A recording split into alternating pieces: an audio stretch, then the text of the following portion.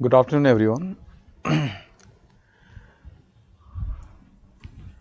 Now, so this part is clear now, all of you? Fine. So, only one small things left related to this fiscal policy. Another, it is one of the things is generally I discuss after this topic, which is your special category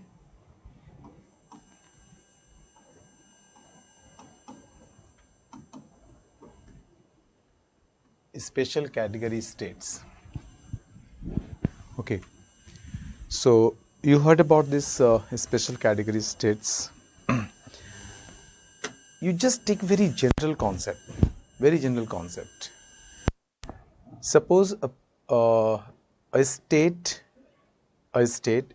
is not able to develop their own due to so many reasons. And what are the reasons? Not so many reasons. What are the reasons? The basic reason is what? Due to the lack of resources. Connect like this. If a state wants to develop, or if a state needs to develop, then what is the basic condition? Basic condition is that the state has to develop the agriculture and allied sector. State has to develop the industries. State has to develop the services. If states are able to develop industries, services, agriculture and allied activities, then only states can develop. Clear? Now, the development of industries and other services or agriculture, it needs the resources, whether a state has resources or not to develop these sectors and achieve the higher economic growth and development. Okay. So, some states in India, particularly states which are the hilly areas, states, they are lacking the potential of development due to the lack of resources. So these states need a permanent assistance from the central government. Central government is giving assistance permanently to these states, and for that reason these states are categorized as a special category states. If you see the characteristics of special category states, so why these states are given this status? Because these states cannot grow their own. They need a special assistance permanently, for growing and developing. They need a permanent assistance. But some states in India, like the Bihar you are talking about, Jharkhand you can say, Andhra you say, Telangana. So some states, few states, they started demanding the central government ki give me the special category status. Okay. But now debate started in India ki really these states need to give a special category status or something else we have to do. So these are the reasons. So in 2013, a committee was constituted by the Ministry of Finance, under the chairmanship of Raghuram Rajan. And this committee recommended for solving the issue of special category states. I will discuss what are the committee saying that. Okay, few ideas I will give, and you have to read from yourself, which the report is there in the online. You just type that, you can get it. I will just tell you. First, you write first about the special category status, then I am going to say about this committee's recommendations. Right. Please write the concept of a special category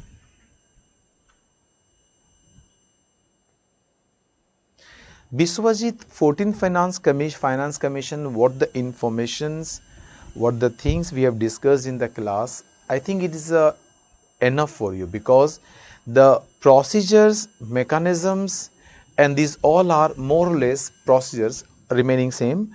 What are the changes it's happened? That changes I already completely we have discussed, and we have discussed in the class. That much things you should know. Yeah, implication of 14 finance commissions, just you understand the only one things, ki 14 finance commissions has given more fiscal burden to the central government. and which is reflective in the terms of reference of 15 finance commissions. Okay, so that's the reason I discussed terms of reference first, and you go through this so you can get idea about that. Right there, the concept of a special category state was first introduced in 1969 when the fifth finance commission when the fifth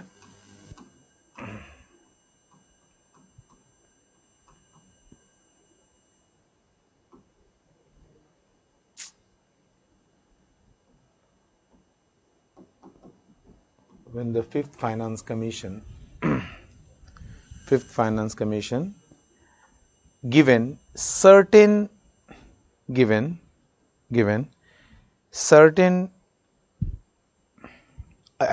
like this given preferential treatment in the form of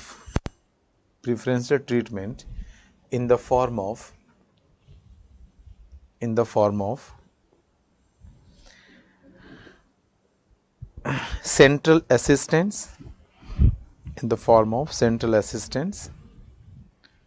to certain disadvantaged states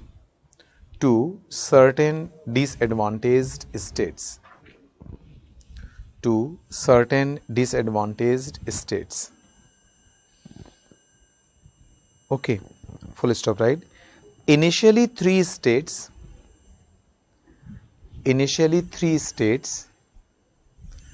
right? Assam, Nagaland, and Jammu and Kashmir. Bracket me, you write now UT, right? And Jammu and Kashmir, but bracket me put now it is UT, Union Territories, because you are knowing the government changed the status from state to UT. So just write in the bracket now it UTs, Union Territory. Okay, Jammu and Kashmir were granted special status, and since then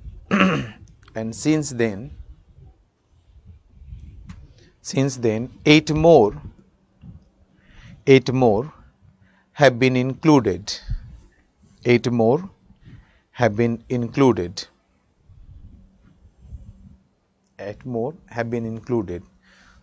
Okay, you write Arunachal Pradesh,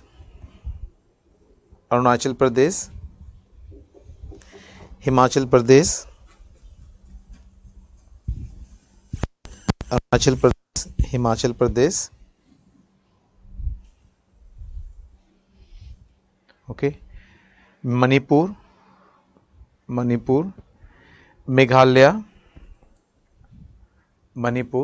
Meghalaya, Mizoram,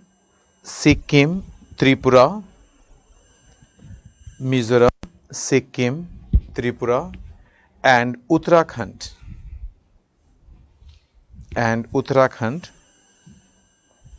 Okay, full stop. So these are the special category states. Now Jammu and Kashmir is not in the list because Jammu and Kashmir is in the UT list.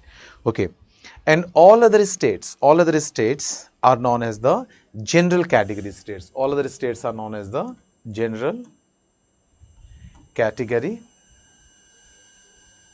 states. All of these states are known as the general category states. Clear? Fine. Right. So you written that all other states are treated as general category states. Full stop, right? The rationale for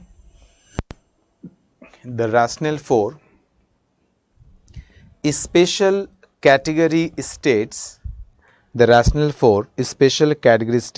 status you write, special category status is that these states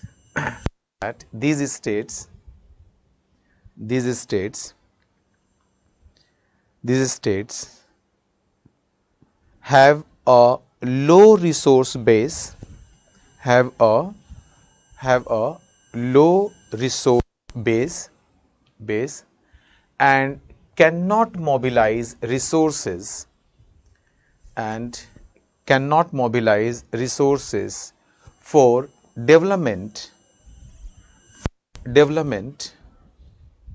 because because because because of inherent features inherent features of states because of inherent features of states. Clear? Right. Some of the features required for special status are first write 1 2 3 like this. Special status are first write hilly and difficult areas, because that is the one of the way you can't use it for the development purpose like industrializations, agriculture, okay, service sector development, hilly and difficult areas. Second, you write low population density. Second one, low population density or higher size of or higher proportion of scheduled tribe or don't write scheduled tribe, just write high proportions of tribal population. It is good to write tribal populations. Okay. Low density, what you have written, low density of populations, okay, low population density or low density of population or higher share of tribal populations These two are the point. Third point you write. Third point, strategic location along borders. Strategic location along borders with neighboring countries. Strategic location along borders with neighboring countries. See why it is important, because a state facing the strategic locations near the border area, so other than the normal expenditure, the state is going to incur additional amount because they are facing the threat from this. So it may be one of the reason, but not only one reason. You have to others should be considered. Next you write, next point, fourth one, economic and infrastructural backwardness. Economic and infrastructural backwardness. Economic and infrastructural backwardness. And fifth one you write, non-viable nature of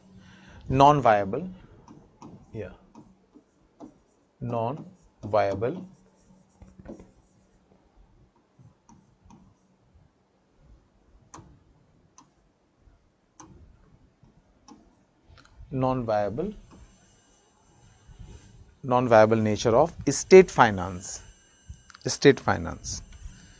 Okay, so these are the reasons, maximum, not only one reason. If suppose you are satisfying, then you can get this special category status. No, but majority of the things, if you are meeting, then only you may be considered as the special category status. Now few things you have to understand here.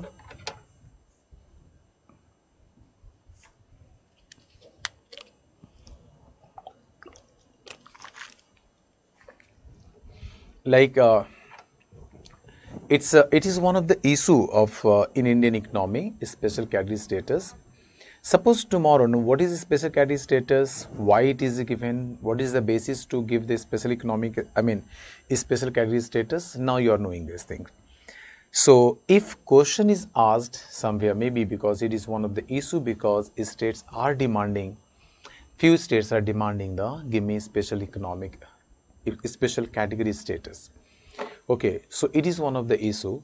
So in 2013, when committee was constituted under the Raghuram Rajan, so this committee had recommended and they given a mechanism or methodology to solve this issue. So they formed a committee, formed a composite development index. What is the name of that? Composite development index for states. Okay.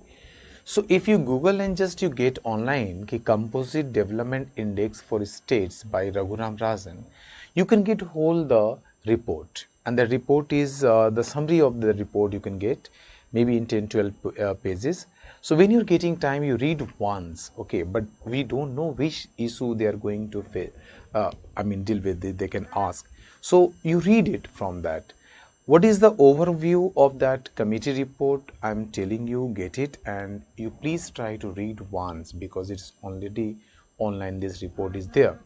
But yes, it's true that the government has not implemented that recommendations. Okay, but you should know, because their recommendation, if you are knowing, then you can write your answer, and the same recommendation you can make your own way to explain and say, okay, this is the methodology through which we can solve the issue of the special category states. And what are the recommendation is, they formed a index, and the named index is the composite development index for states.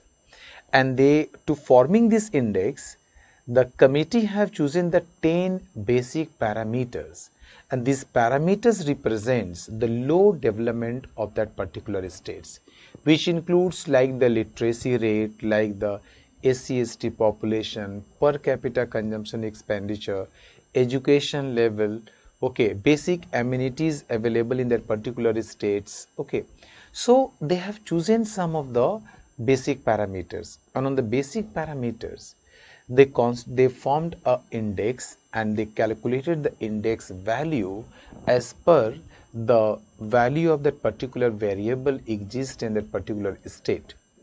So value of index is from 0 to 1. Clear? 0 represents relatively more developed, complete developed, and 1 represents not developed. Clear? Nothing is happened like this. 1. But committee is not written this like the complete development like this. No.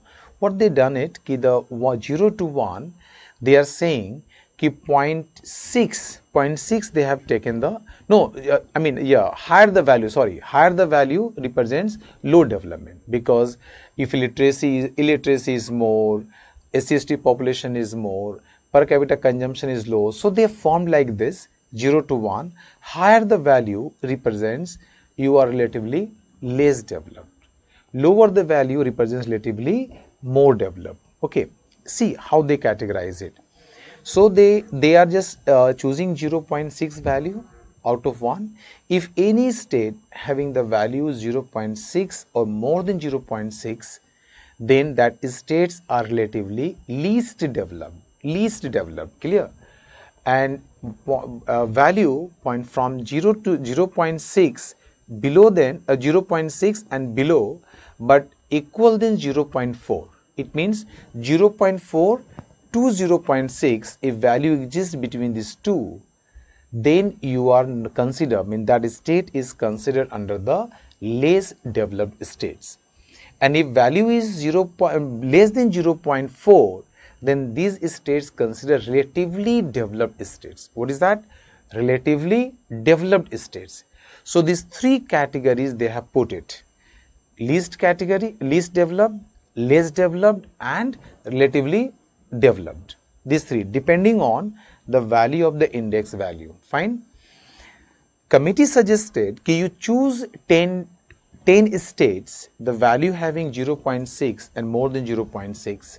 So these states are relatively least, these are the least developed states. So consider 10 states, least developed states, and give a special assistance. Not the status they are talking about. Committee is not talking about give this special status, because the special status is the permanent things. But committee suggested that yes, may be possible that the states are relatively least developed, they need a special assistance, but there is no necessity they have to give the permanent status like the special category status. So give a special assistance, a special package, and after getting this special package, these states will develop. And once they will develop, then again you calculate the index value. Then again you find out the least developed states and top, I mean 10 least developed states you keep in the category where you have to give the special assistance. So just you take 0.6 like this, and the states list, I mean 0.6 and above, the states you keep it here and give a special assistance. Once the state develop and coming out of this area, and other states you have to bring here. So a continuous cycle you started in this way, and so that the states they are demanding the special category status. So index will tell कि really you need it or not. If index value is zero point 0.6 and above 0.6, then you can keep in the least developed states category, and special assistance you give it.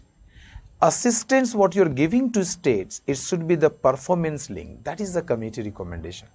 If you give assistance, if states is really performing, then you can continue with the assistance, and then this process is going to solve permanently, is going to solve this special category issue.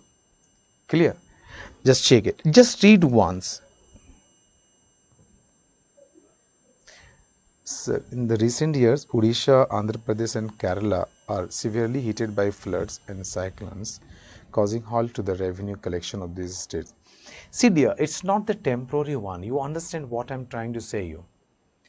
Just I am saying you, due to maybe in the take the all over India, due to the pandemic, the huge losses each and every state and all over India is just affected. So you can't allow this. You can't give this special category status. Special category status are given to those states in long term, and even short term and long term both, they cannot sustain their own. Just leave exceptional condition of the few years. Okay, they don't have the potential, they don't have the resources to develop. That is the basic criteria. And what is the criteria? It's already written that. These are the basic criteria on which the special category status is given, and you are asking these incidents. These incidents are the temporary in the nature. Okay, so generally it's not. Yes, if this thing is happening like the natural calamities is there, disaster management fund is there, government can assist you in this way, but not like the special category status. ठीक है Subhasri? Fine dear? Okay. So I'm going to start a new topic today, leaving this point, and that is the economic. So I'm just telling you, you just get it. Few topics now we completed till here. One is the planning in India. Some basic classes I have discussed, like basic concept. So GDP, national income accounting, its calculations we have completed. Monetary policy we have completed. Okay, and unemployment, poverty, these topics we also completed. And planning, that's already I discussed, we completed. And fiscal policy part we also, now it's over. So now we are going for the economic reforms. Clear? Economic reforms.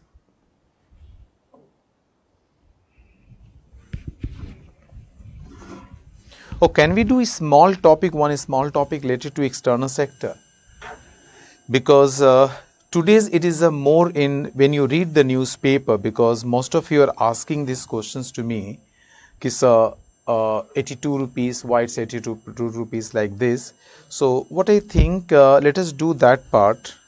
Now is the time. No, economic reform. Just complete this one. But otherwise, next day I will start. Tomorrow maybe I will start. Today I am starting with economic reforms.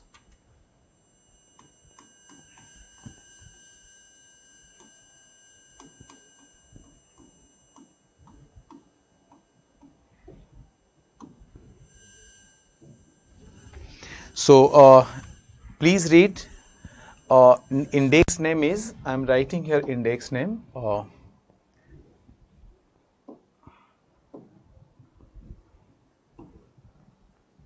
Yeah, index name is composite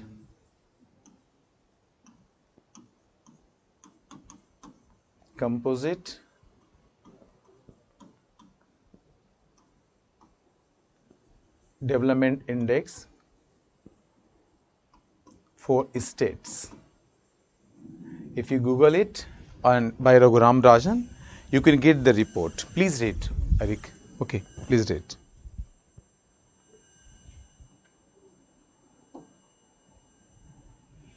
Economic reforms. Now, new topic I'm going to start today. Very small topic, but complete this.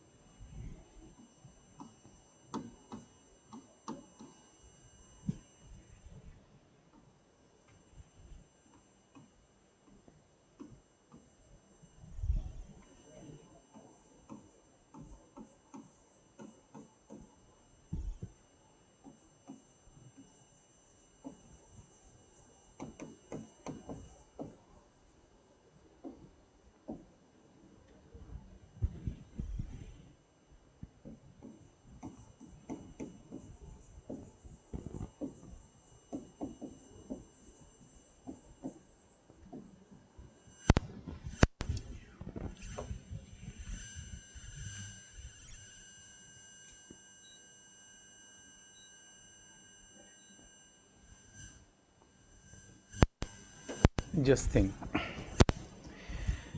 I'm using the word BOP. BOP already I just used this term when I was discussing the implication of higher borrowings from central bank to fund the government expenditure, that is a deficit amount.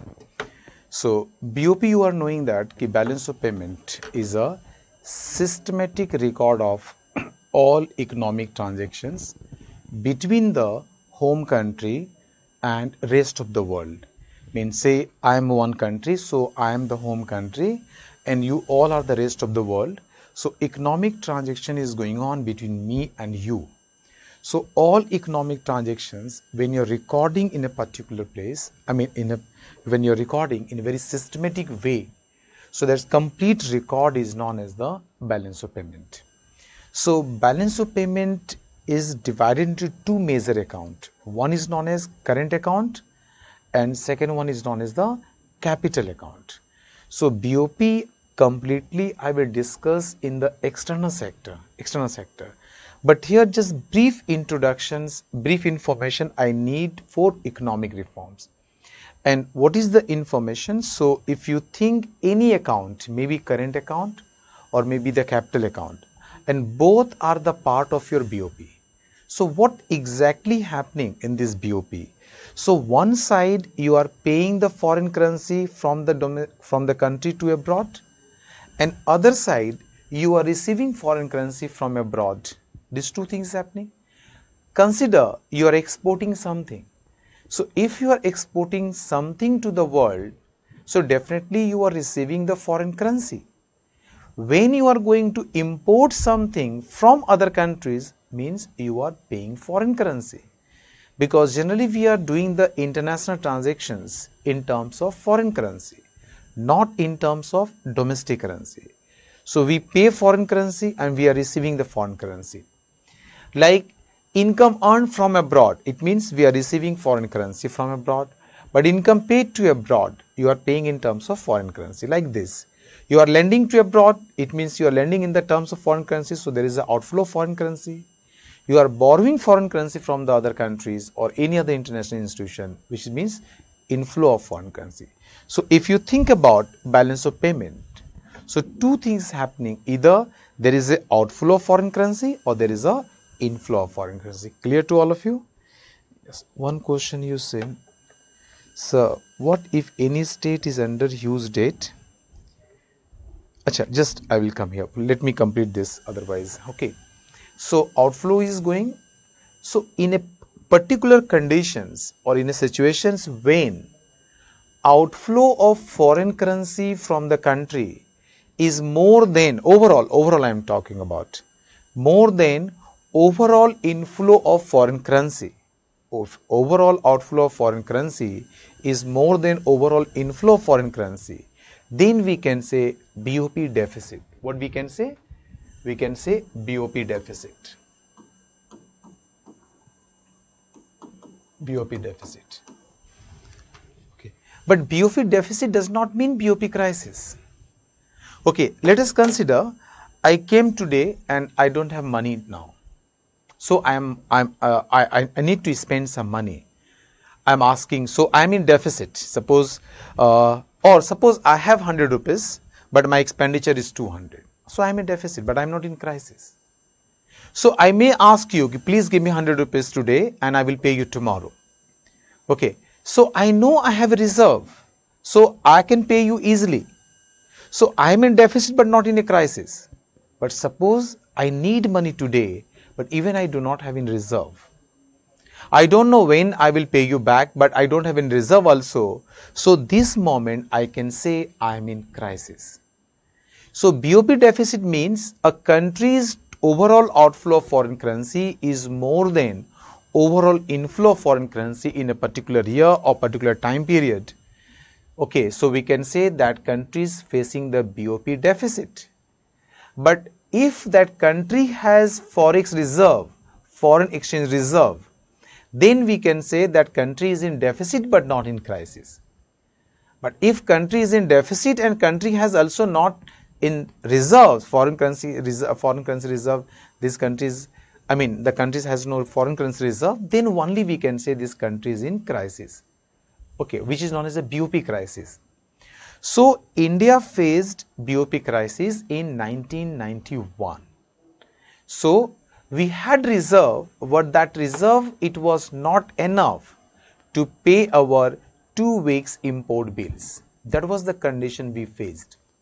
Today also our current account is in deficit. Current account is in deficit. Okay, India is in deficit, current account deficit, but we have enough forex reserve. So we are not facing the crisis like what the Sri Lankan economy has faced recently or facing recently. Okay, so that's the difference you have to understand. But in 1991, India faced BOP crisis, balance of payment crisis. Clear? Now, connect it here. After Second World War,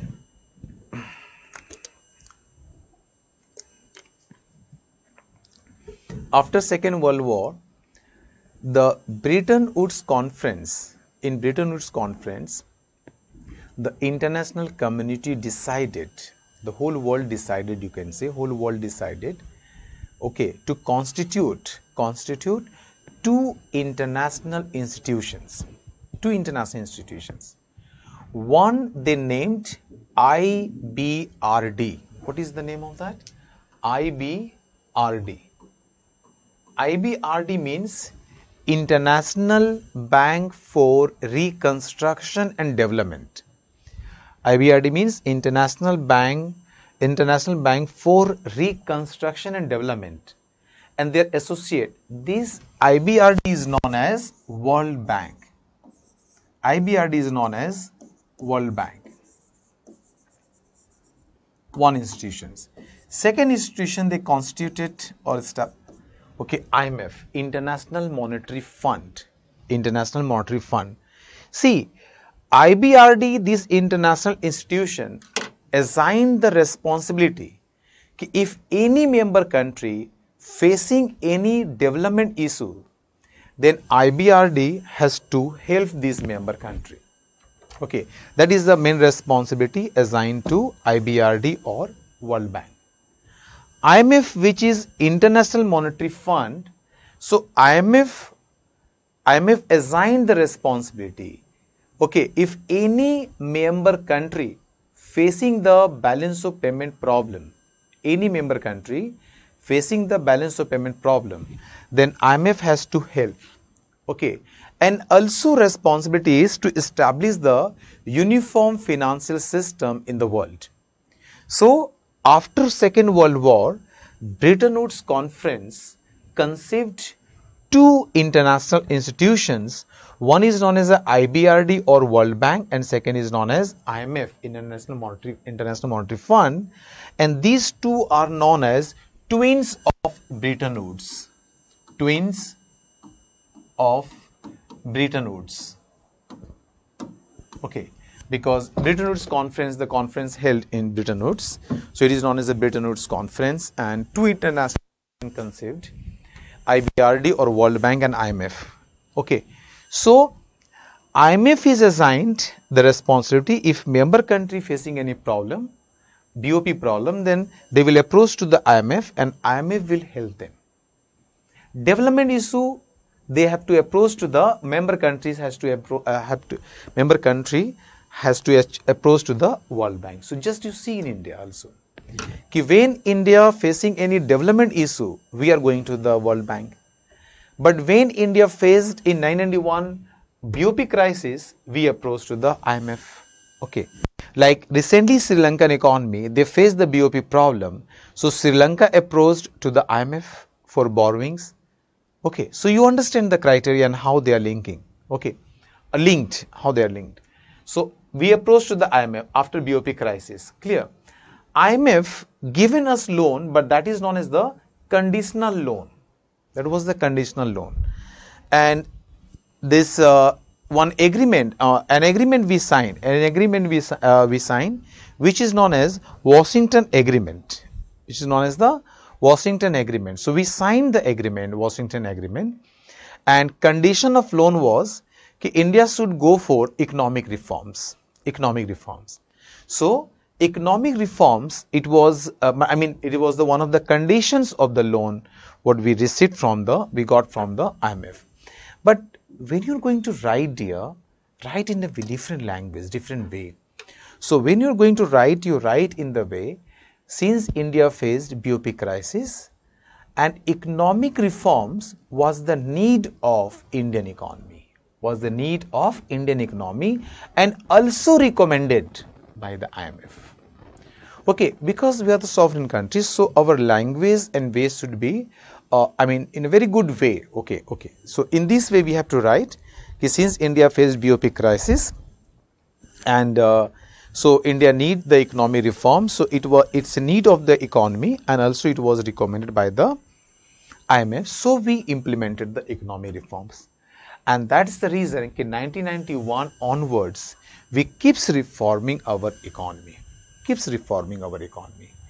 Even economic reforms process has not completed. Still it is going on. Like in tax structure, GST, you can take the example. Okay. So we keeps reforming the economy. Labor reforms we have just implemented. Okay. We passed in the parliament, but we are in the process of implementation of labor reforms. So reforms process we are just going on. Okay. So today's reforms, what you can see in the Indian economy, we started implementing since 1991 onwards, and today you can continue. So you start from the 1991 conditions, the economic reforms, and then you connect till today. This way you have to complete your whole process to understanding the economy. Then better you can understand why somewhere we are lacking the problems and why we are keeps changing our policies to bring more efficiency and more better outcome. Clear? So please write, all of you, few lines. Right. In early 1991, so one question again we received. Yes, sir, what if any state is under huge debt and every year that state is increasing its revenue expenditure? Okay.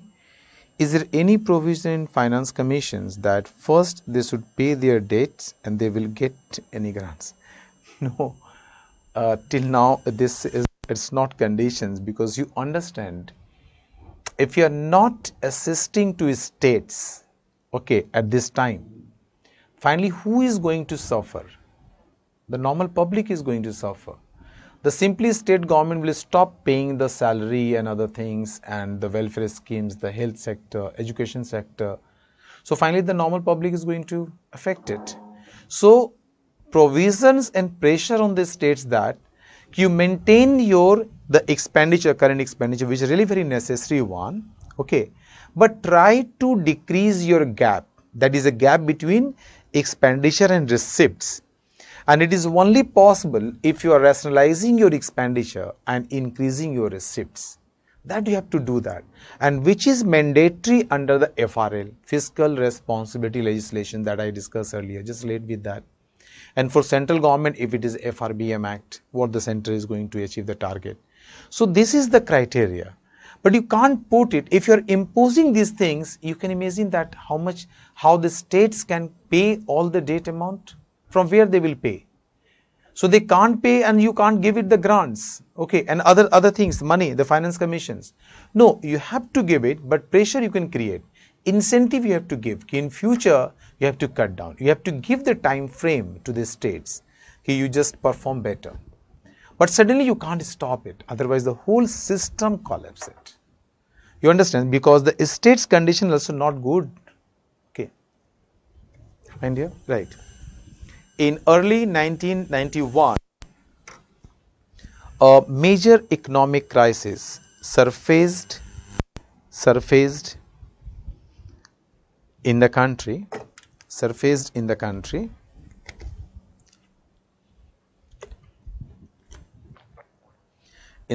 full stop.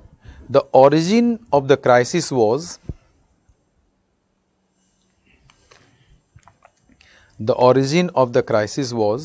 mismanagement of the economy,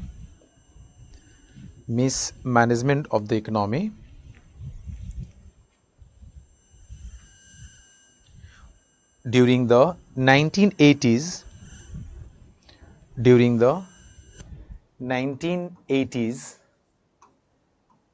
Remember one more things here.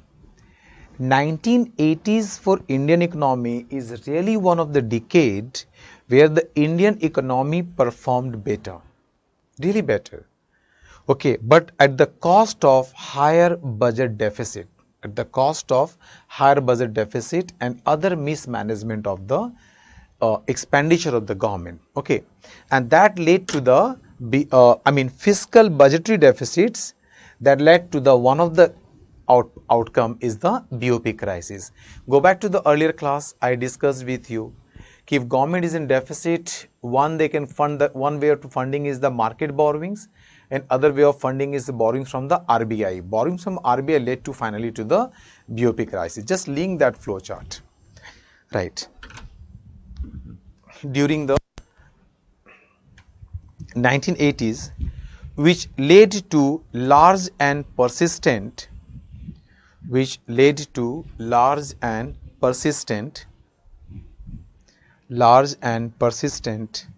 macroeconomic imbalances.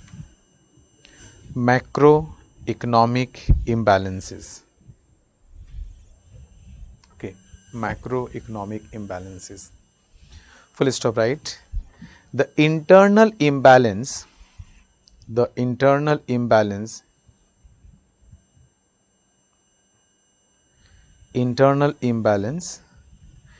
fiscal situation,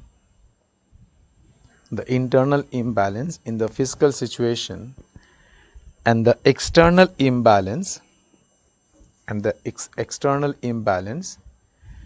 in the external payment situation, external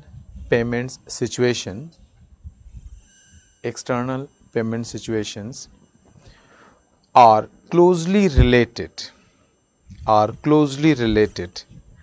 and you can certify this statement. How you can certify it? Go back to the previous class, how the higher fiscal deficit led to the BOP crisis. Read from there and connect it from there. Okay, dear? Okay. Now continue.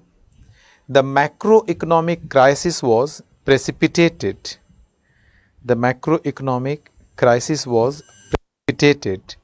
Mainly by the growth of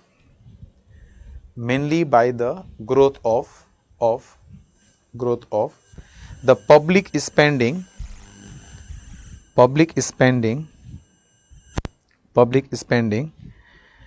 through the 1980s that increased the budget deficit.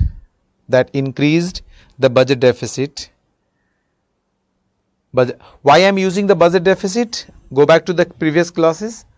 The budget deficit is continued till 1997 concept, and in 1997 onwards we are using the fiscal deficit concept. So here the time period is we are referring 1991. So better to write the budgetary deficit. After that, if you are referring, then you can use the term fiscal deficits. Clear? So budgetary deficit or budget deficit you can write. Budget deficit and external factors also contributed. And external factors also contributed. Right.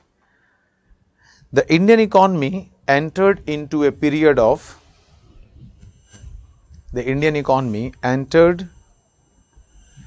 entered into a period of BOP crisis in 1991.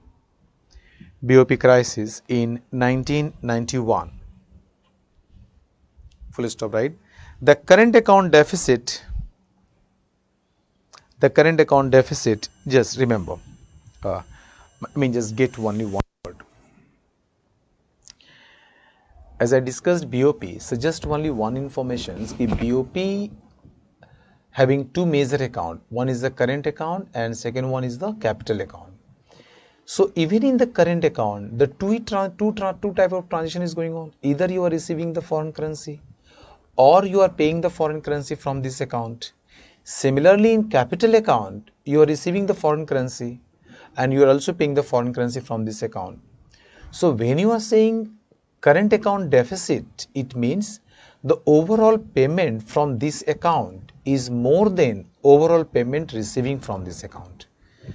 Okay. So you are paying say $100, but you are getting only $50. $50 you are in deficit. So this concept you understand. So current account deficit is simply we are writing in the short form CAD, CAD. Okay. What is that other things and implication that we will discuss you in the external sector. Just here get you only the reference. Okay. Right here CAD. The current account deficit which was 2.1 around, which was around $2.1 billion, $2.1 billion or 1.35%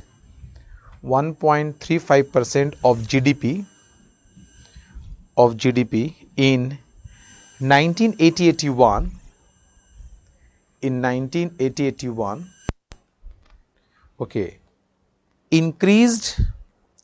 had increased to $9.7 billion.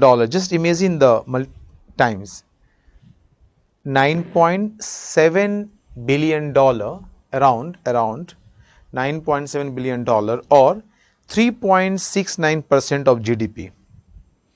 Or 3.69% of GDP in 1991.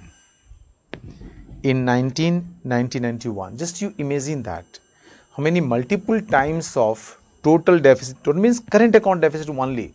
Our current account is the part of your BOP, not the complete BOP. That had increased.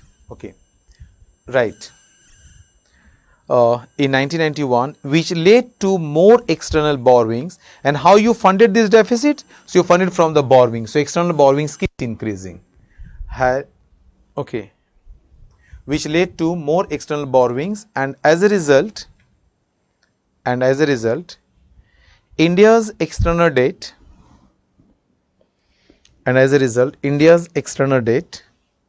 increased from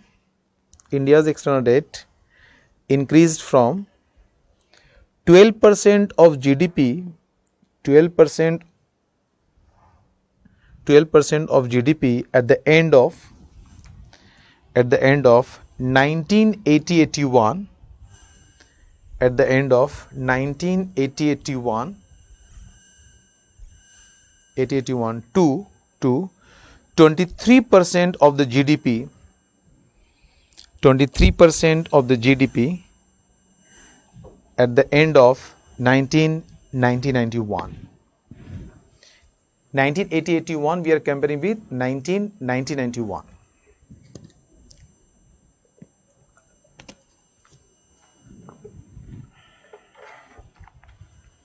Okay, just check all of you. Okay, right, full stop, right. This growing external debt This growing external debt led to an LED led to an increase in debt service burden, increase in debt service burden. What is debt service burden? The payment of interest. Debt service means I borrowed, so borrowed amount is my debt. What the services I am going to give it, and what services here? Nothing but the interest payment. Debt service burden.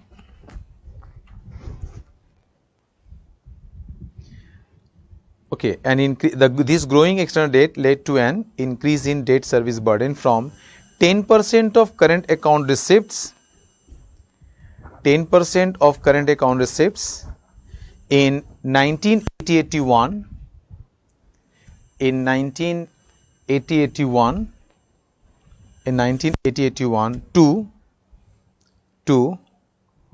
22% of current account receipts, to 22% of current account receipts in 1991. In 1991, you just imagine that what was the conditions, okay, in 1991 in India. Clear? In India, just write, all of you, right, this BOP condition, this BOP condition was so worst that in June 1991,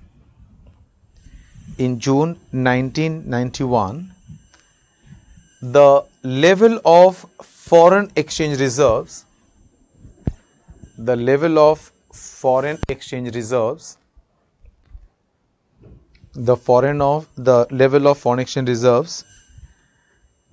declined to the level which was not sufficient to fund imports of 2 weeks, even 2 weeks, ऐसे कर लो, even 2 weeks, fund imports of even 2 weeks. Okay, so that fund was not sufficient to fund the 2 weeks of import bills. That situation we faced in 1991. But it's a good thing for Indian economy. Really, if you read and know about Indian economy, so one side sometimes you're feeling where we are, but other moment, if you're knowing about Indian economy, then you can feel proud really we are at the good positions. So in 1991, we have borrowed from the IMF. In 2011, when the Eurozone crisis happened, to help the European Union or Eurozone crisis, India lended to IMF $10 billion. Okay, so it's a good thing for Indian economy. Now from the debtor, we are going to be the creditor in international market. So situation has changed, and we are even before pandemic, if you see, then India was one of the highest, I'm just saying, not only one of the highest, among the highest growing economy in the world. Okay, if you are aware, world we are growing around 3.5 to 4%, India was growing more than 7%. And also today, I mean, on this current situations, we are growing at very comfortable and good level. Clear? So this was the situation, right? Now, second is that this BOP crisis happened in India. Okay, we reached at this stage. What were the reasons behind it? What were the impacts? What were the incidents happen in the India that put our economy in the BOP crisis? So we should know. And then once crisis we faced, then we started implementing economic reforms. So what were the major steps we have taken that time? And from that time we are continuing today. So just you link. I don't know, you don't need to go to each and everything in that explain, just overview policy matters, overview topics you have to know, and that's we are trying to do in the class. So a connectivity you can develop or establish which will help you to understand the today's scenario, why we are doing, why we need the changes. So connectivity you have to develop, then it's good for these exams. Okay, please write here. Change the para, you write. The Indian economy entered into a period of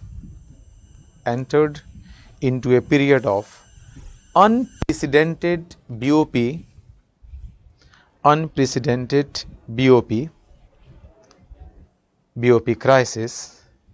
BOP crisis, and this crisis was a combined effect of,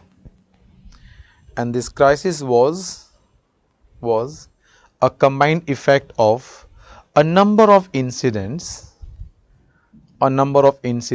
oblique events. First you write,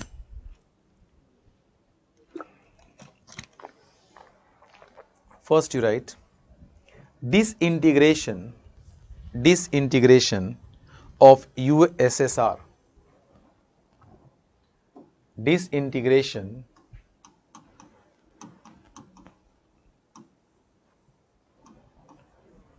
disintegration of USSR.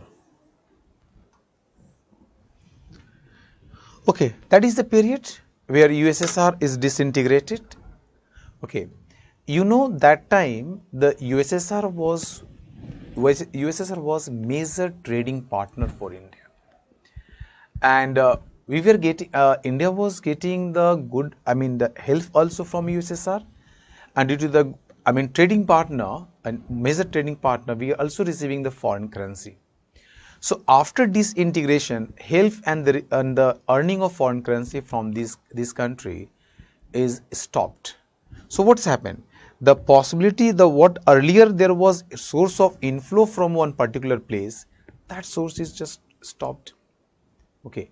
So when the inflow is going to stop and outflow is going to increase, that is one of the reason you are going to face the BOP crisis. So inflow of foreign currency, one of the reason was disintegration of USSR. That's the one of the reason key the inflow of foreign currency has stopped. Clear? So first you write, you written the first point, disintegration of USSR. Write only one line. USSR had emerged as India's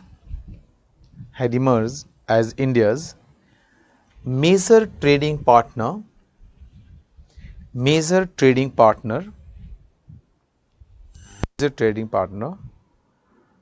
full stop, right?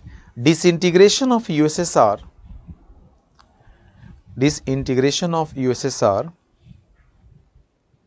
affected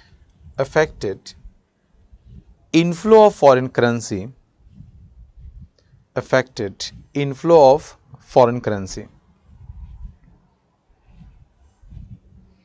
Okay, full stop. Right. Second point you write, during that same time there was Gulf crisis, Gulf War. During the same period there was Gulf War. Okay. Now you can ask yourself, then how the Gulf War is going to affect the BOP crisis? So just go step by step. If there is a Gulf crisis, then what are the possible things? So due to the Gulf crisis, any period or any month or any year, if you see and just observe the economy,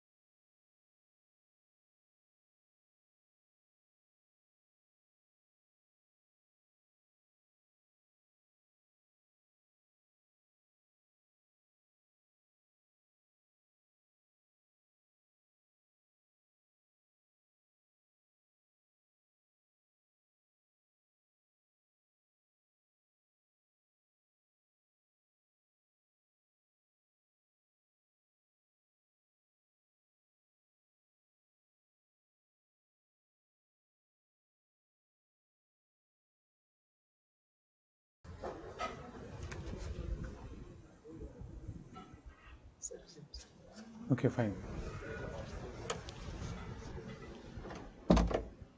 So you had the network issue. I think then inform me. So I just meanwhile. Fine. So I was explaining you second point. Second point is what? The Gulf War. So during the same period, if you see that, then there was Gulf War.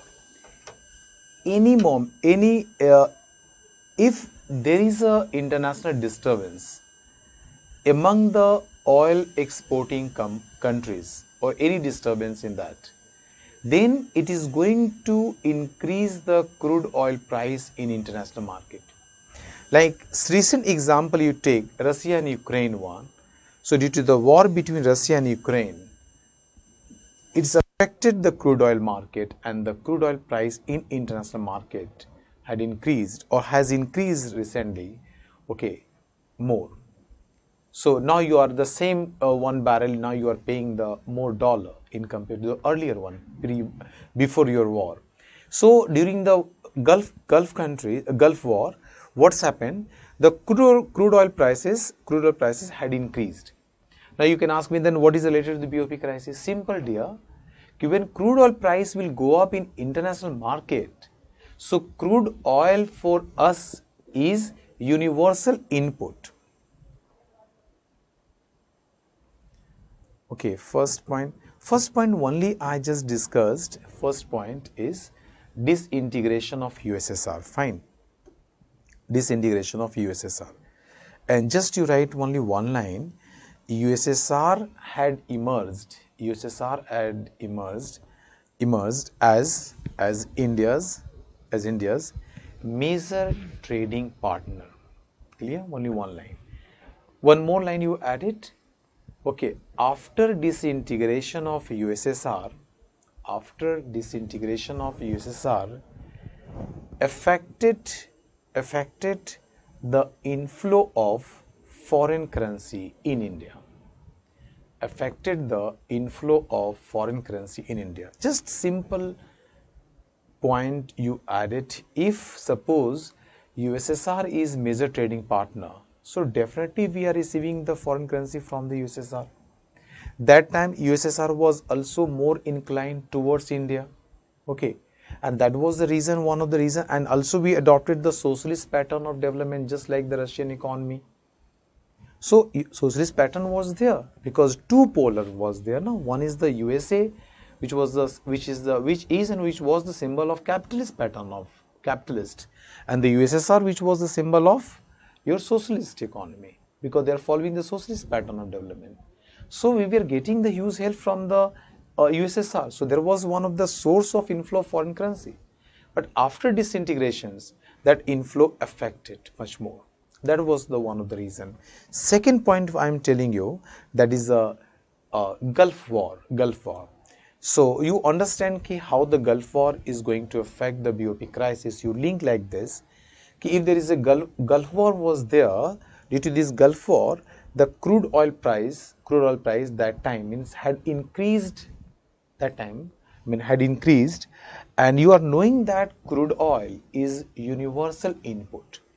Universal input means directly or indirectly we are using crude oil in all productive activities. And crude oil is inelastic in nature. Inelastic in nature means you can say a product is inelastic if price of this product increases but demand it is not going to decrease. Then we can say it's inelastic. Nothing increase or no changes, you can say perfectly inelastic. But very minor change, then you can say it's inelastic. Very minor, negligible amount. So crude oil is the inelastic product. So even there is an increase in the price of crude oil, we still importing the same quantity.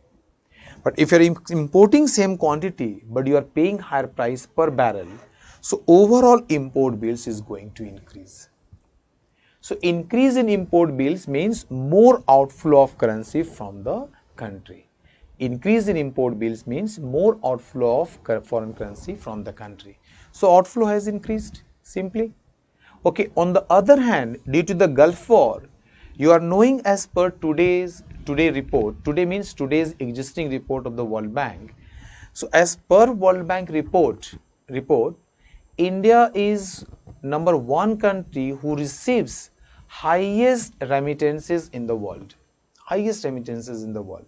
It means India keeps receiving more remittances in the world. So, good proportions of Indians, they are staying in the Gulf countries and they are earning foreign currency from these countries.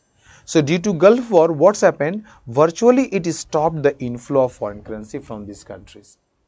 So, Gulf War affected two different ways to Indian economy. One, its outflow had increased and inflow is virtually stopped. And this become one of the reason of BOP crisis in India. Clear to all? So, please write second point. Okay, under this heading you write, due to the Gulf War,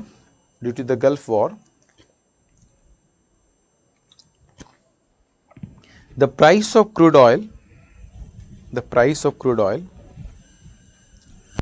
in international market,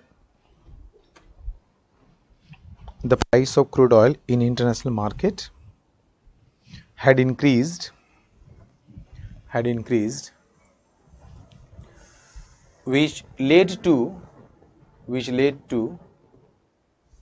increase in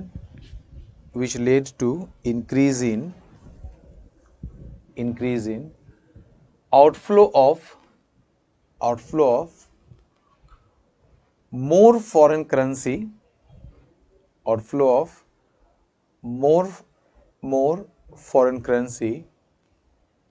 more foreign currency due to higher import bills, clear, full stop. On the same point, right, on the other hand,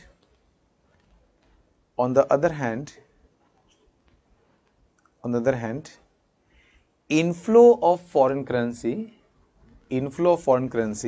from these countries,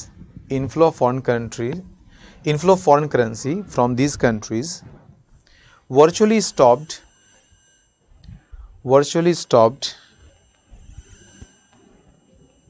Oh, one more word you just add. Inflow of foreign currency in terms of remittances.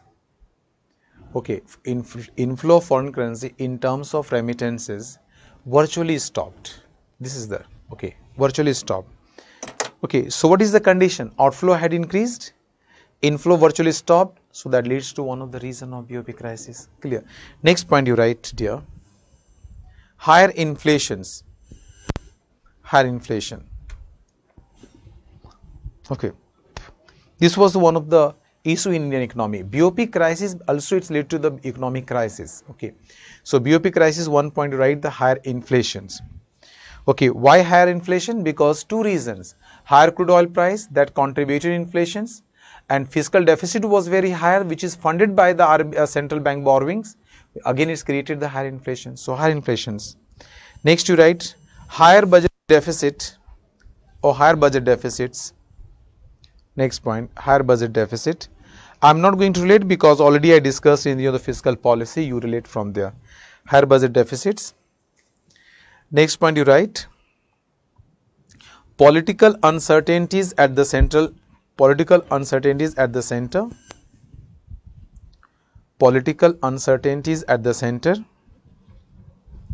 Okay, yes, there was political uncertainties at the center. Who is going to be the next prime minister is very difficult to say during that time period. And remember, hard economic decisions can be only taken by the stable government, and that time it was the coalition governments, and for these governments it was not possible to take a concrete and the hard economic decisions. Okay, and that become one of the reason of BOP crisis. So political uncertainties at the center. Okay, next you write outflow of, next point, outflow of deposits of non-resident Indians,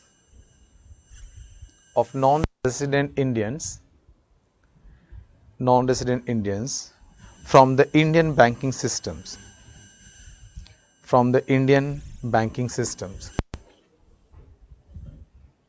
Okay, fine, dear. Why? Because you are knowing that the NRIs they are depositing their depositing money, but they are depositing in terms of foreign currency. They are allowed to deposit in terms of foreign currency. Okay, but due to this situation, they started taking out their deposits. So, and their deposit also means they are taking in their own foreign currency. So, there was outflow of foreign currency. So, these were the major reasons of the BOP crisis, because each and every reason you can see. So, ultimate one thing was happening, there was outflow of foreign currency and the inflow started decreasing, and ultimate India landed up at the point of BOP crisis, at the issue of BOP crisis. Clear? One more point you write it, okay. Due to above reasons, yeah, right. Due to above reasons, okay, due to above reasons, the international credit, due to above reasons, international credit rating agencies downgraded India's rank, yeah, downgraded India's rank, which made India, which made India, which made us just like this, which made us very difficult to borrow from the, which made us very difficult to borrow money, from the, international market, really, because it's lending me back, and potential to pay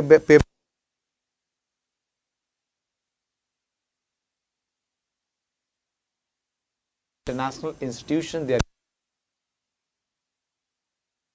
standards, they are ranking it, okay, what is the rank of India, downgraded India's rank in this market. So for lending us, really they,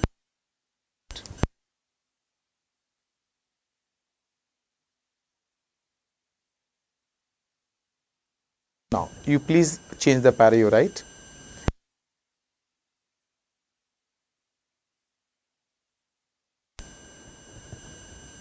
brought the country, these developments together brought the country to the verge of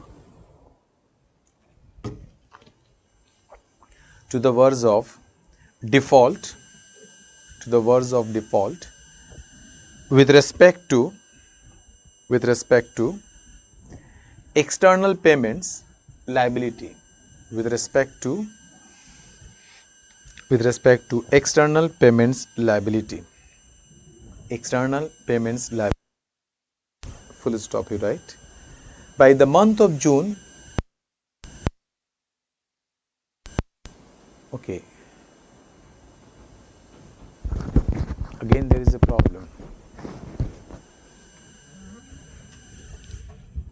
No, microphone is working, dear.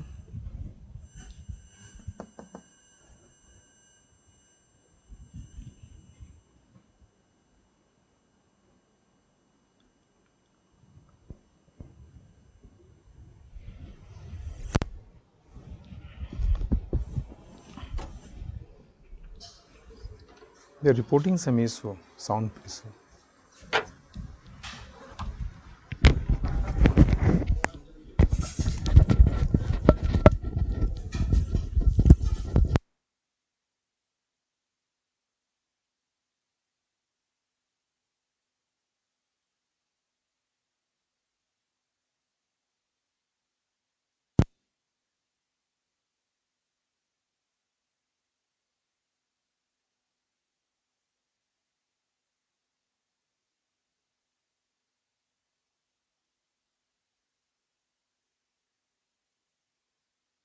Okay, is it clear?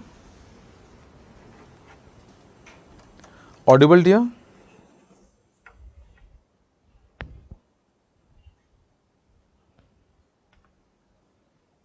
Please tell me, am I audible so I can continue here?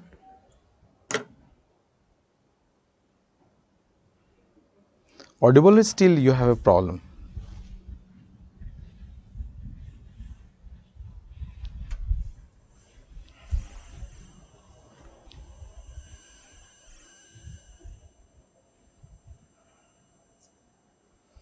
Okay, I'm just starting. If you have any problem, then please inform me. Okay, fine. I got it. These developments together, all the developments, what you are talking about, okay, what we are talking about, on the basis of that, we are saying that these developments together brought the country to the verge of default, with respect to, okay, with respect to external payments liability. What do you mean by the external payment liability? Means you are paying to the rest of the world, but you don't have enough money to pay back, to pay your dues. That is the external payments liability. Fine. Full stop. Right. Full stop. Right. By the month of June 1991,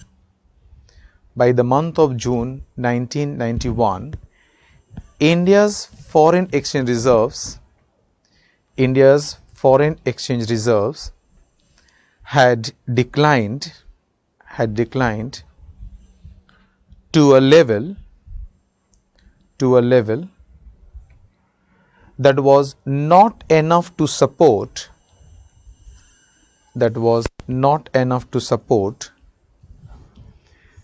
less than 2 weeks of imports.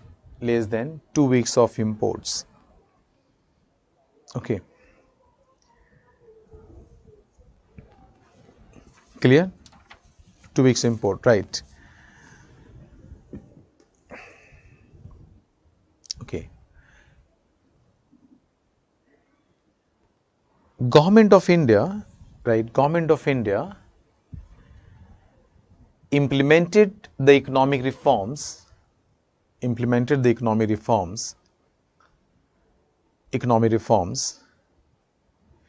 was the need of the Indian economy,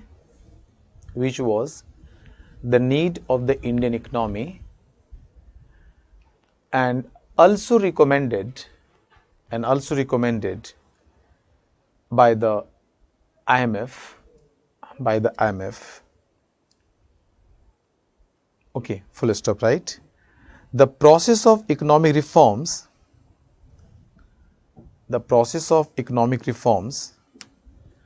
undertaken by the PV Narasimha Rao government,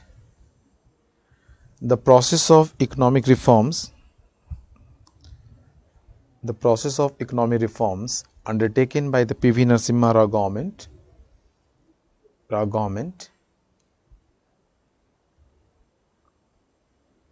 which had three major components. Okay, first you write fiscal stabilization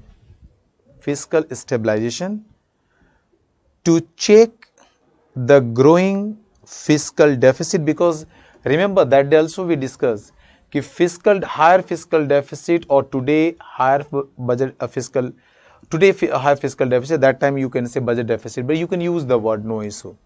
So higher fiscal deficit is one of the reason of the external imbalance. And really, if you want to know, then you please read Sri Lankan economy crisis.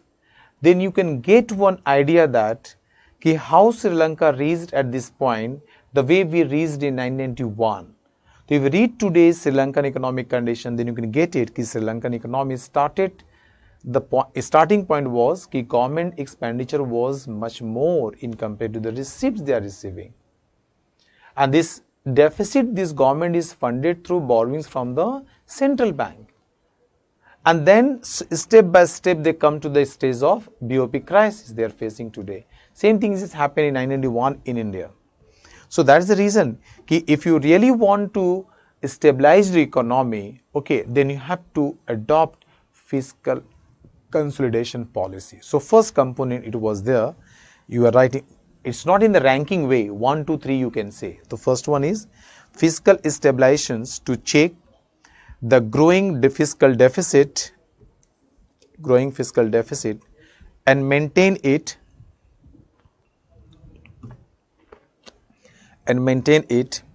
at low level.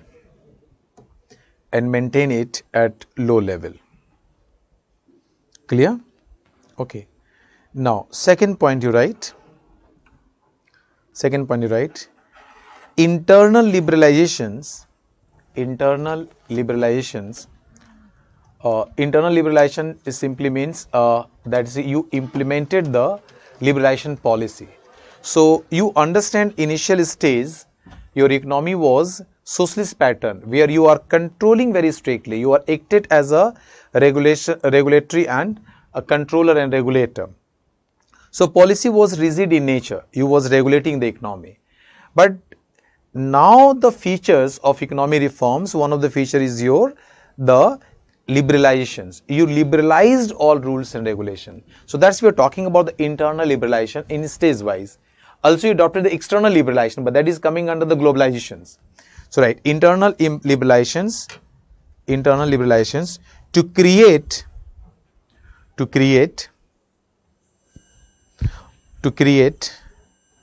the competitive environment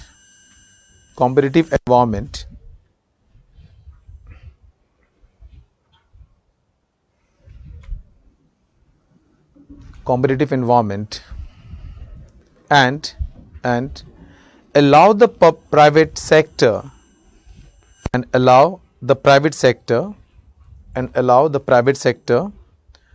to participate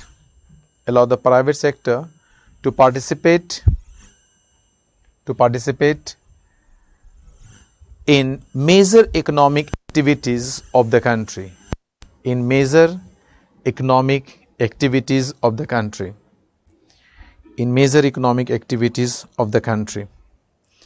Okay. Third one you write.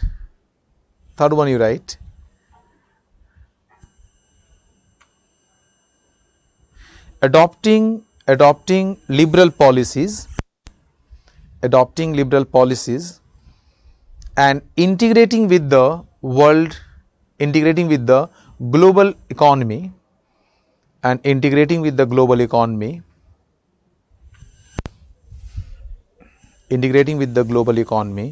by removing barriers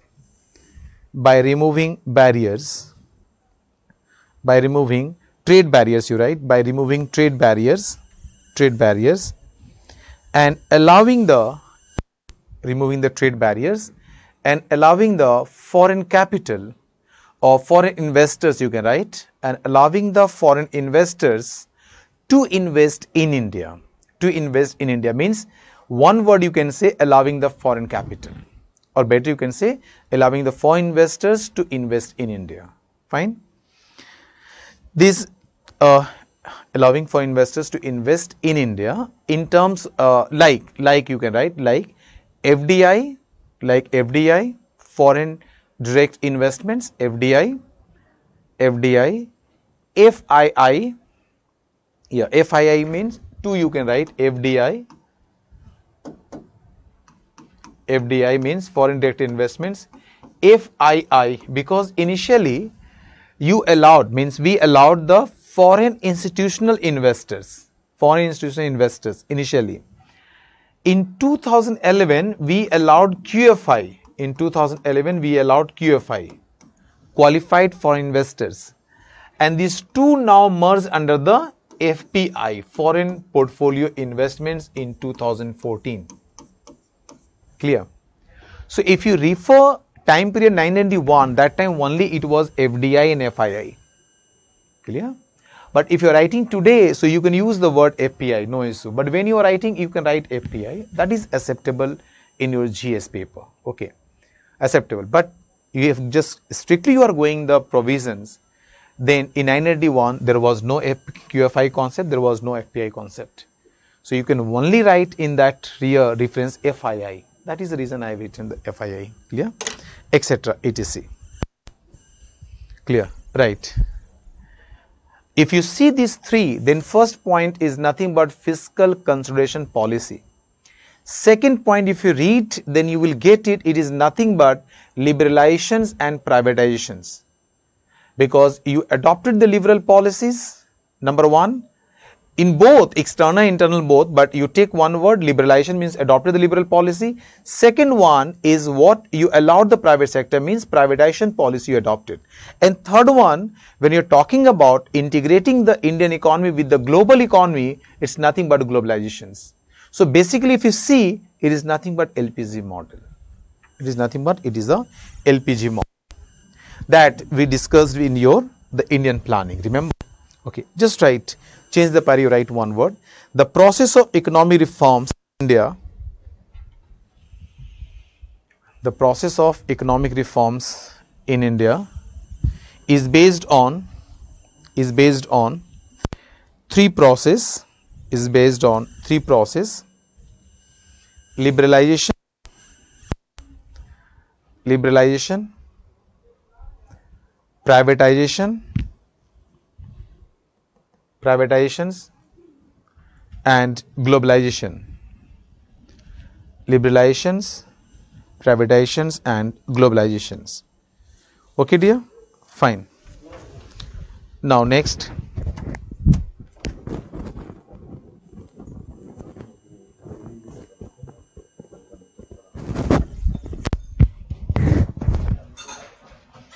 Clear, dear? Now, just change the para, you write. Structural reforms were broadly in the area of where we implemented mainly economic reforms. Just right. Structural reforms were broadly in the area of industrial licensing and regulation, comma, fiscal reforms, comma, foreign trade and in foreign investments, ऐसे लिख लो, foreign trade and investment, and the financial sector reforms, Clear? Now, first you write industrial reforms. First topic you'd see, you just write industrial reforms.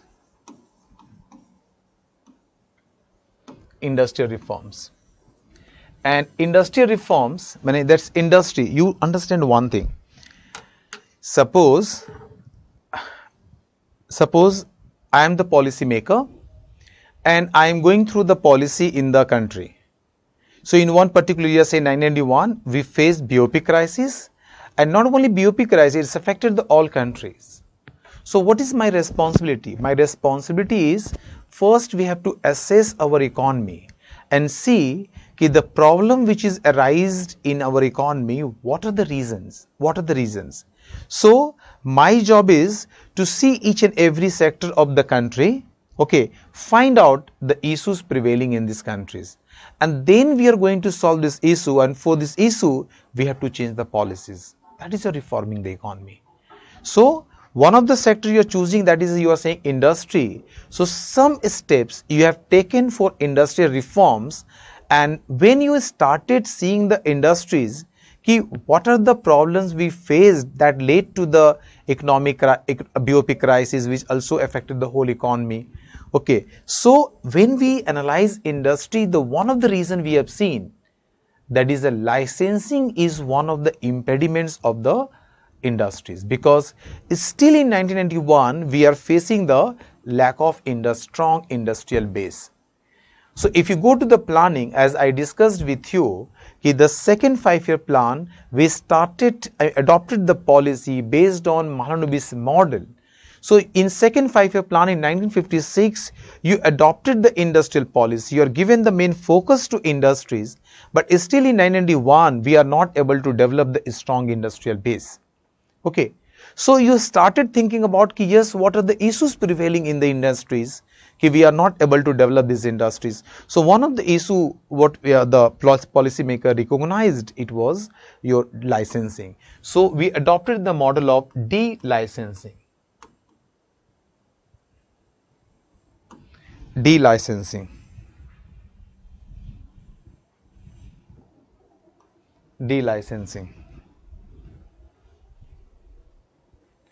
Okay.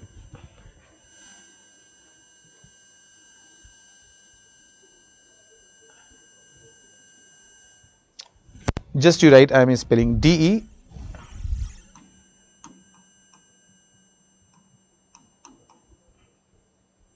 Yeah. delicensing we started. Okay, so one policy was delicensing in India. Okay, so licensing was one of the reason. So why licensing was one of the reason? Because it was very difficult to take license and establish your industrial units.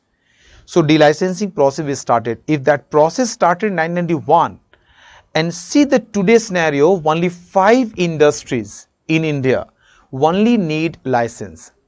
So technically you don't need any license. Yes, the NOC you have to take with the concerned departments.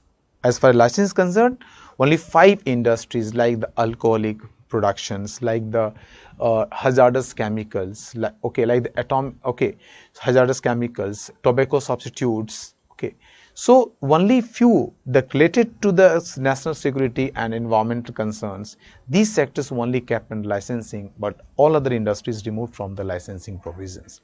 So that is the one of the part of industry, reform in industries. So first you write delicensing and then write few words under this point. Right, liberalization policies adopted, liberalization policies adopted to end licensing Raj, to end licensing Raj,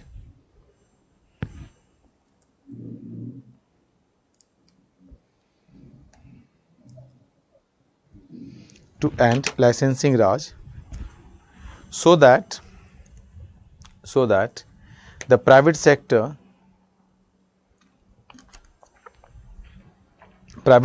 does not need to get a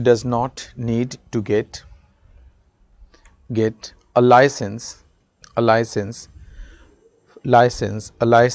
from the government,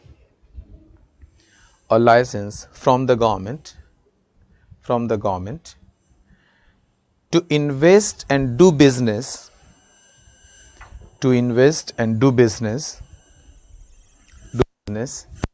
in the industry,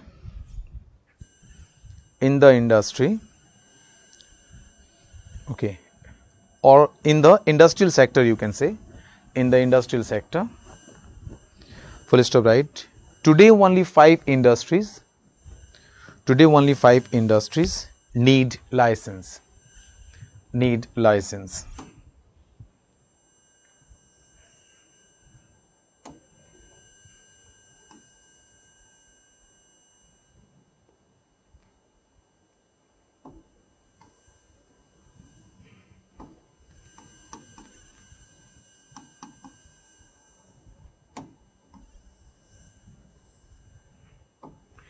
And second point, right, the abolition of MRTP Act.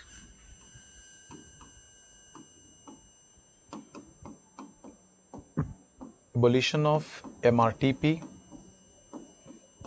Act. MRTP means monopolies restricted trade practices. Again I am repeating, monopolies restricted trade practices. Clear? So MRTP Act was passed, and MRTP commissions, remember, MRTP commission was constituted. Fine. And since you are knowing that after independence we adopted industrial policy, okay, in the pattern of socialist pattern, so it was very commanding in nature. So MRTP Act was passed as that time requirement, and MRTP Act was controlling the industries in a such a way that there should not be monopoly practice in industries. And if there is a monopoly, then it should be under the government, not under the private sector. Okay. So they decided there is no monopolies practice. So some provisions are there under the MRTP Act which restricting the monopolies practice of the industries. Number 1. 2. For implementation of this act, MRTP commissions constituted under the same MRTP Act. There was provisions.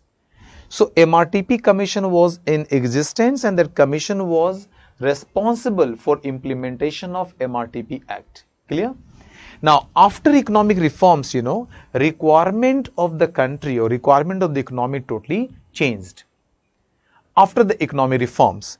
So, since you allowed the private sector, so many private sectors are coming in the market. So, your responsibility is not to control the monopoly practices, but your responsibility become more wider. So, your responsibility is to create the competitive environment in the country. So, also your responsibility is create competitive environment in the country, plus or as well plus you are restrict the monopolies practices in the country. So, requirement has changed. So, later on this MRTP Act was replaced by the Competition Act. Okay. So, today it is a working is your Competition Act. So, Competition Act has a wider responsibility. The Competition Act main objective is to create the competitive environment in the country and also control the monopolies practices in the economy. Clear? And for effective implementation of Competition Act, there is a work commission is constituted which is known as a CCI. CCI is your Competition Commission of India. CCI is your Competitions Commission of India. Okay, CCI is what? Competition Commission of India. So, Competition Commission of India has the responsibility for effective implementation of Competition Act. So, today if you see in the Indian economy, if any two firm or two company or two industry, if they are going to take over, one going to take over to other, or there is going to be merger, then you have to take NOC from CCI, Competition Commission of India. If Competition Commission of India is going to give you NOC, then only two industries, two firms or two company, they are going to merge it. Otherwise, you are not allowed. So, several occasions today, if you read the newspaper, so CCI was discussed because this company is going to take NOC or permission from the CCI for the merger, for the acquisitions. You have to do that. If you want to acquire a particular firm, you have to take the permissions. Okay. So, this simply you write abolition of MRTP Act, and MRTP Act was replaced by the Competitions Act. Clear? And MRTP Commission was replaced by the Competition Commission of India. Okay. Just write yourself.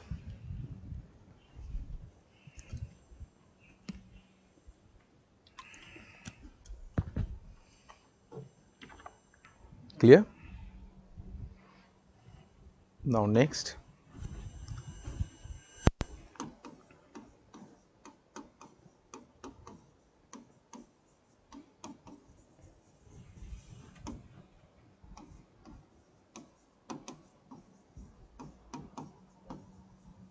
See dear, disinvestment policies or privatization policy implemented.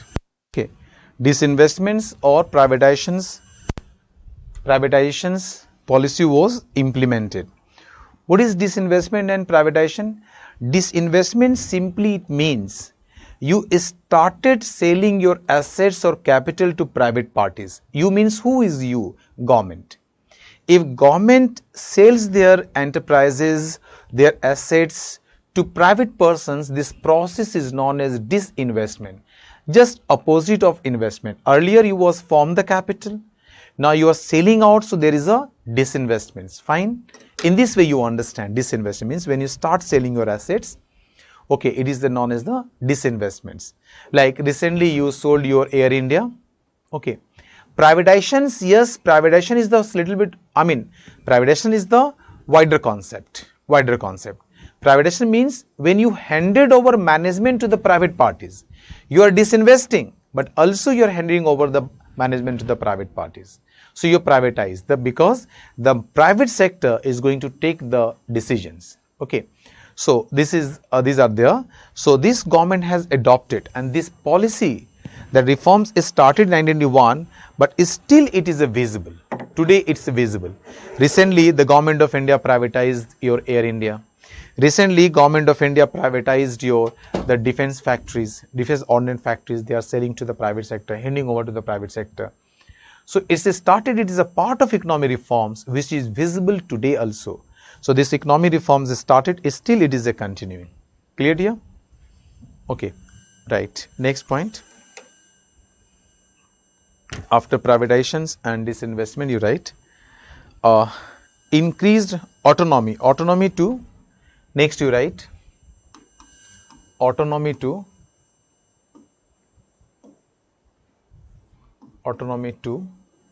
central public sector enterprises or units. Okay. CPSE means central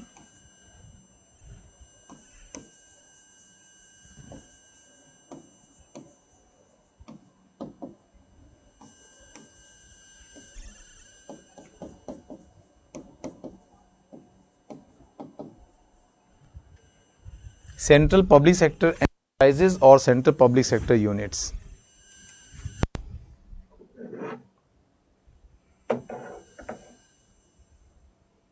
Okay, just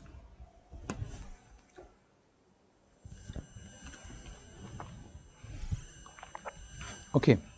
What do you mean by autonomy to CPSU? And under the economic reforms, we started giving the autonomy to the central public sector and enterprises or central public sector units. Anyone tell me what do you mean by the autonomy? Anyone?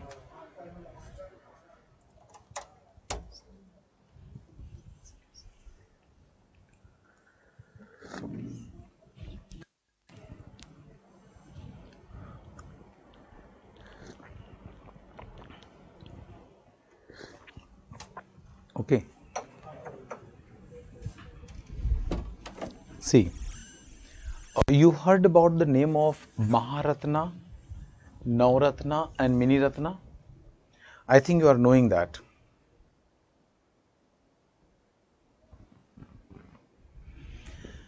I'm not naming your name who sent these questions.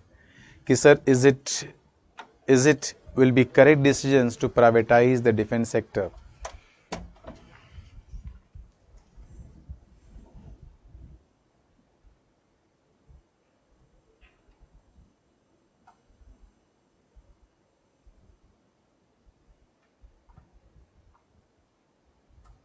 Clear?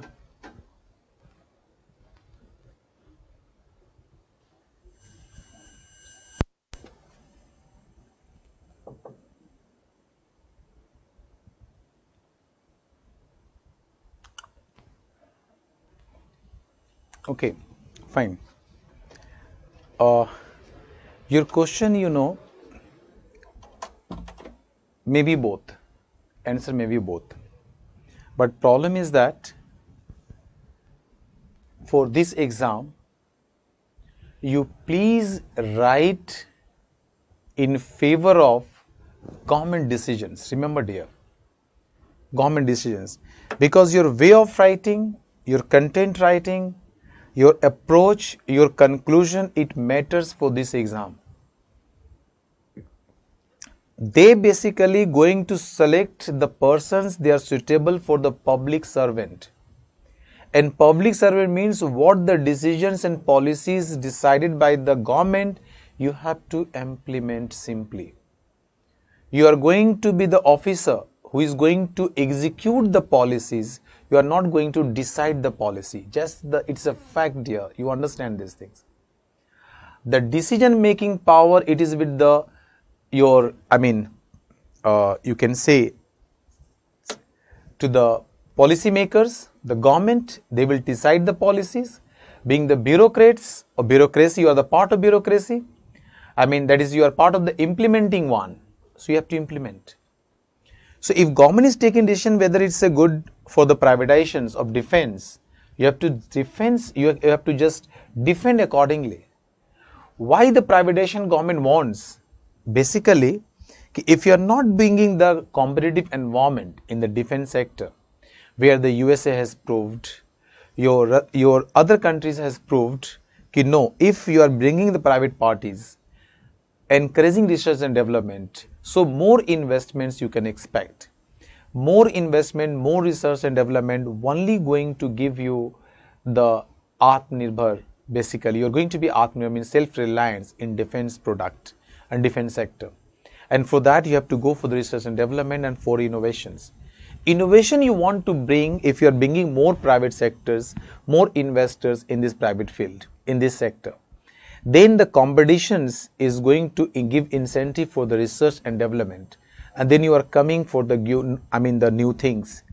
If the sector you kept under the government, no competition this sector is going to face. What you're producing, government is going to buy from you or buy from the CPSU. Okay, no option. Research and development also going there, but very slow motion, very slow pace. But if you privatized your expertise and experts you are bringing in the country, like why government of India is trying to bring the producers of the defense sectors from the Israel? Why you are more giving focus to the Israeli companies? Israeli government should participate in defense sector and participate with them. I mean, make the partnership with them for the research and development in the defense sector. Because they are more competent, more efficient. If you're working with them, then you can very easily and short time you can develop your sector. That is the main motive for the privatization of the defense sector. You understand? But if you're asking me personally, job perspective, security perspective and the other things, then to some extent we can say what you are thinking. But since government vision is this, so we are bound to explain and relate with the government visions. Yes, it is a good. Frankly, I'm telling you, for the exam purpose, I'm telling you, you have to just go like this. Okay. Now, next you are asking, autonomy mean if all decisions taken by or all the rules makes by this company or institute, this is autonomy.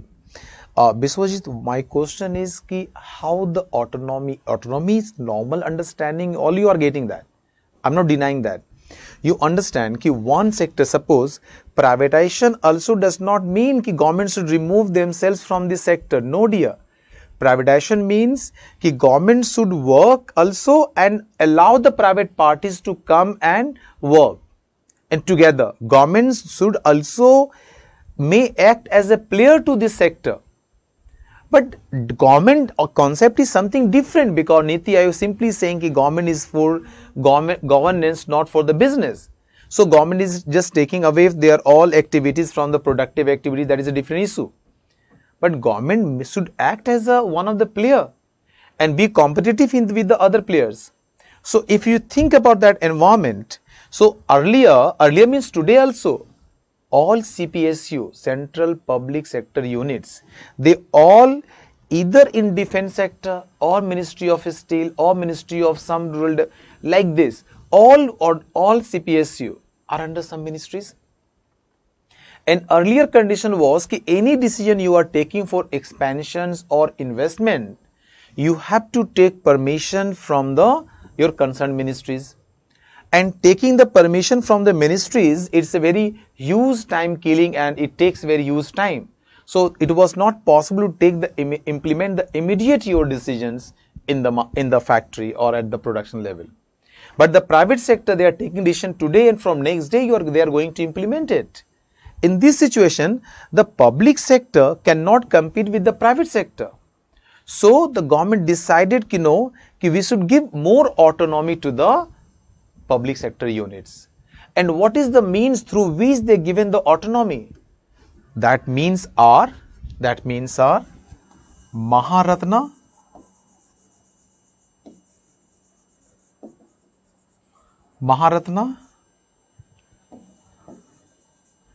Navratna and Mini Ratna. Mini Ratna 1 and Mini Ratna 2. Mini Ratna has 3 categories. So first, second, third.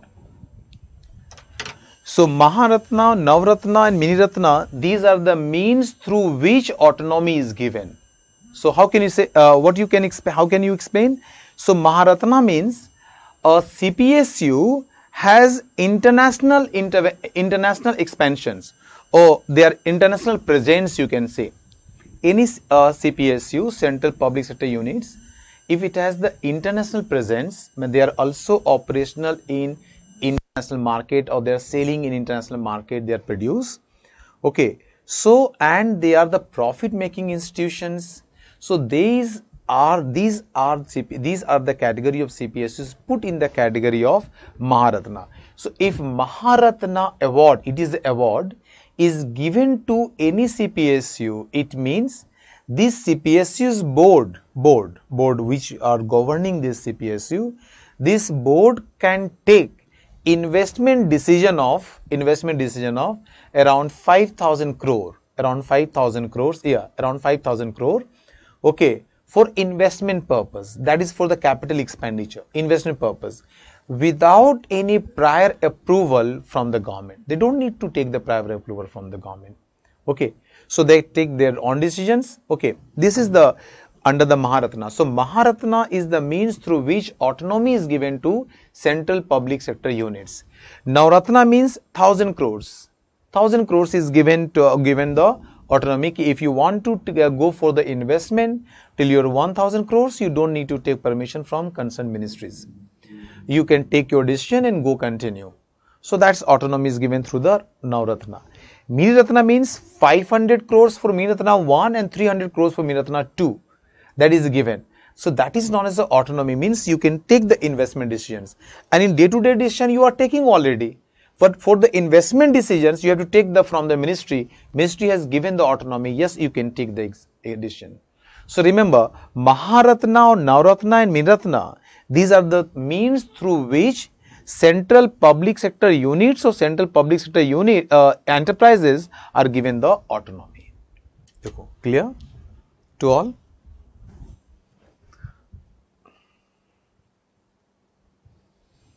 Till this point is clear?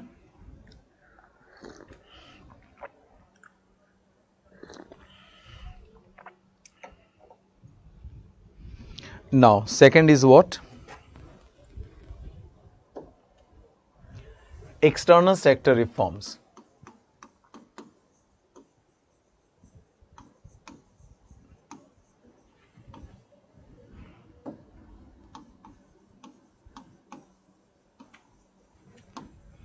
See, in external sector reforms, first you write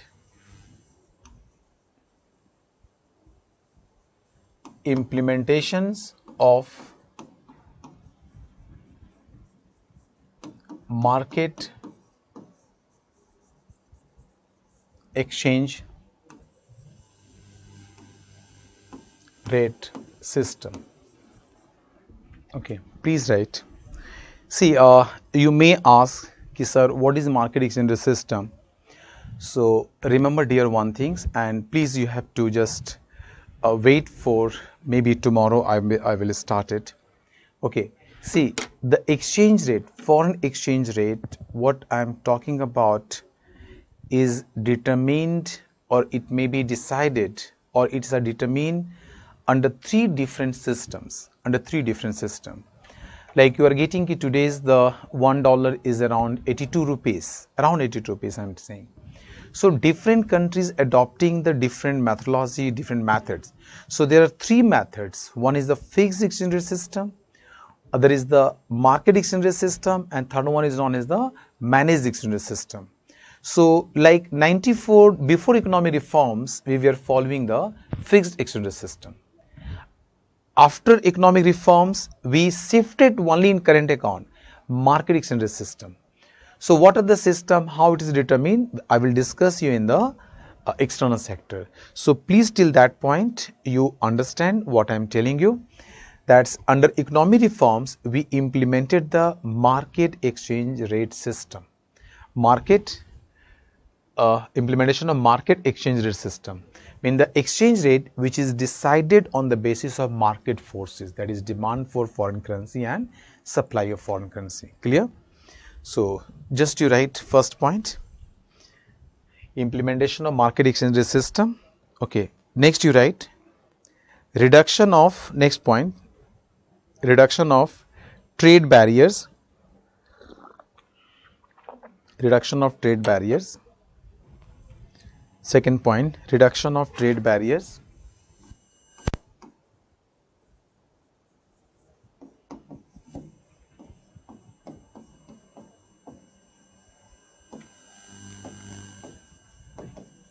Trade barriers. Okay.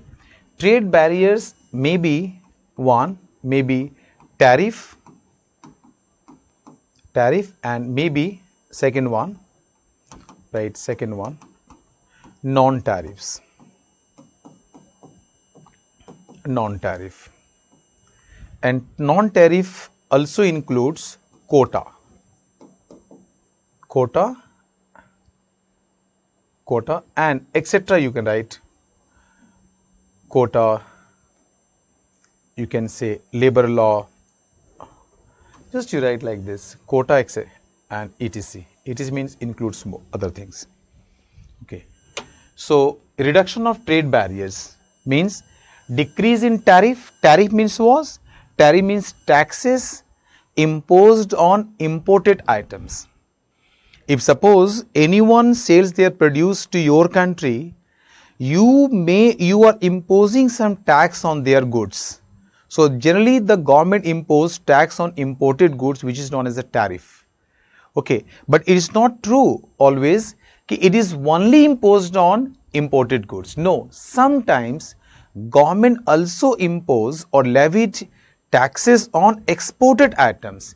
If government wants exporting these goods is not for good for the economy, but availability of more goods within the country is requirement of the country, then they can provide, they can give you disincentive for export. So they can charge the taxes on the exported item so that you can sell in the domestic economy. So sometimes government also impose tariff on exported goods, but normally government impose tariff on exported items. This tariff. Non-tariff means it is again a trade barriers, but this non-tariff acts like, suppose the quota I imposed. If you are selling your product in my country, then you cannot sell more than 1000 units or 5000 units. Clear? That is known as a quota. And other than quota, what are the non-tariff barriers? Like recently, the European Union stopped allowing selling Indian products, Indian mangoes in the European market, giving the reason the chemicals and other things you are using to produce the mango, it's not suitable for citizens of our country. So just citing this example, they're citing this reason, they can stop selling your product in their country. So it is known as a non-tariff barriers. Even before that, the USA has just puts restrictions on selling our Indians cotton product in their countries. What the reason they given it? They are just saying you are using the child labor, and child labor is not allowed in my country. So it's not good. The color you are using, they can tell you, okay, this color you are using is cancerous in nature, which can harm our citizens. So I'm not going to allow these clothes in my country. So this type of strategy or barriers is known as the non-tariff barriers. So the government cut down the trade barriers, maybe tariff, maybe non-tariff. So ultimate aim was to allow the international trade. Clear here? Now next, allowed foreign investment. Allowed foreign investment. Okay. Under this point you write, government adopted liberal policies,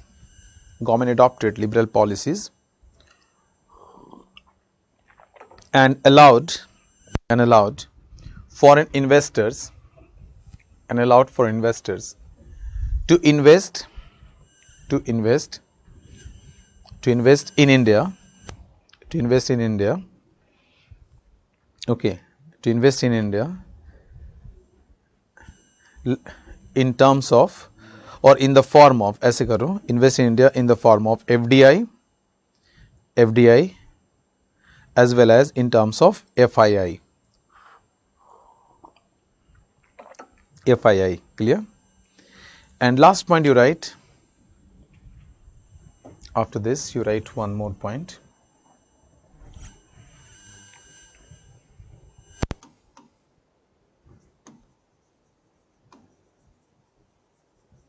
Implementation of FEMA.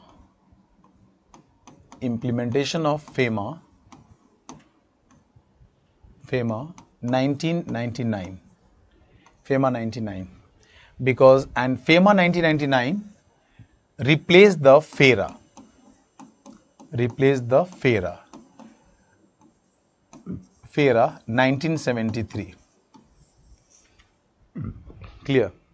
So in 1973, okay, where is going?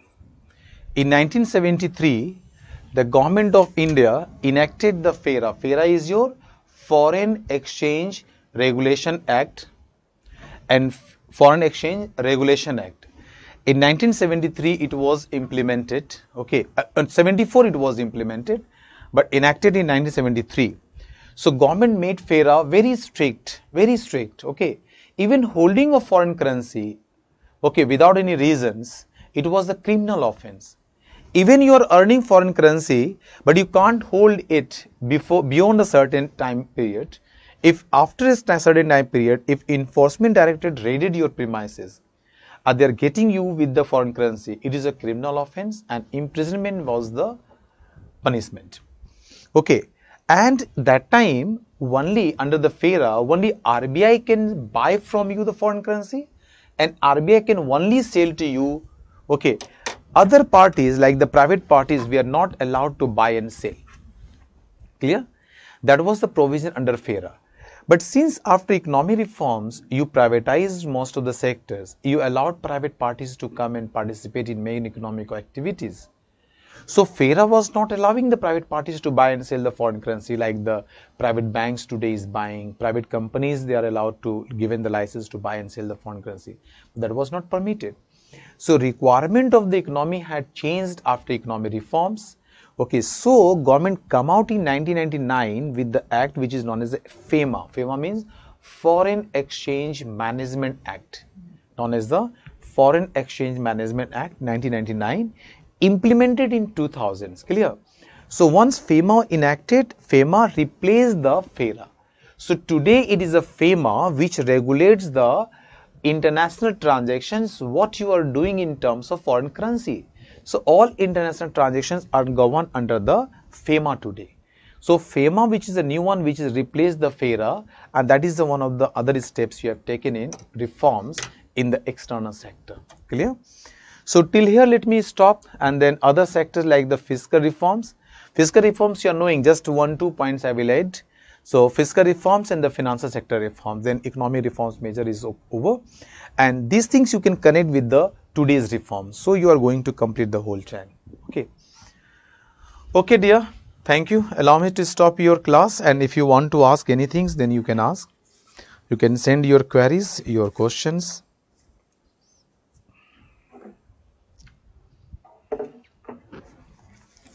You want to ask anything?